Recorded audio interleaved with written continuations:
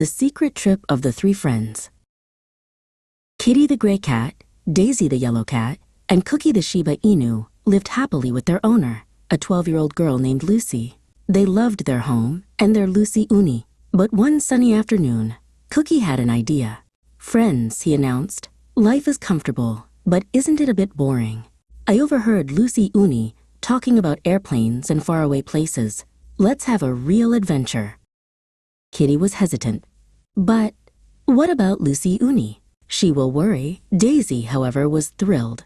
"Adventure? Does adventure have yummy snacks?" Cookie wagged his tail, his green scarf bouncing. "Of course, and don't worry, Kitty. We'll be back before she even knows we're gone.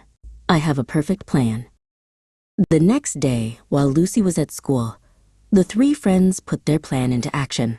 They slipped out the back door and hid in an empty box on a delivery truck. The truck rumbled and bounced, and soon they smelled jet fuel and heard loud noises. They had arrived at the airport. It was a world of giant rolling suitcases and busy people. Following Cookie's lead, they scurried through the terminal, staying in the shadows. They found the cargo area and sneaked onto a plane, hiding behind a large stack of luggage. "I smell peanuts," Daisy whispered excitedly. The plane took off with a mighty roar.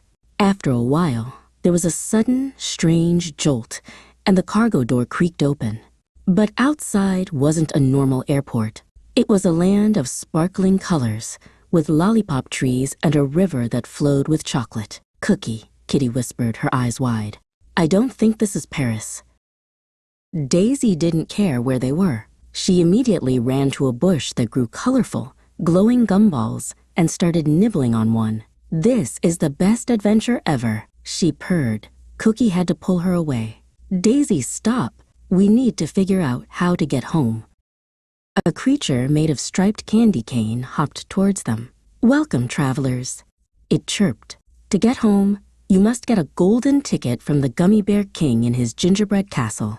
Cookie thanked the creature and looked at his friends. "Well, team, it seems we have a quest." The journey to the castle was tricky. They crossed the chocolate river on a bridge made of licorice and climbed a hill of giant marshmallows. When they finally reached the gingerbread castle, the Gummy Bear King was sitting on his throne, looking bored. The king challenged Cookie to a game of riddles. Being a very smart dog, Cookie answered every riddle correctly. The king laughed, a sound like jiggling jelly. "You win," he declared, handing Cookie a shimmering golden ticket. It was nice to have visitors. The ticket wasn't paper. It was a compass, and its needle pointed towards a glowing door. They stepped through the door and found themselves right back in their own living room.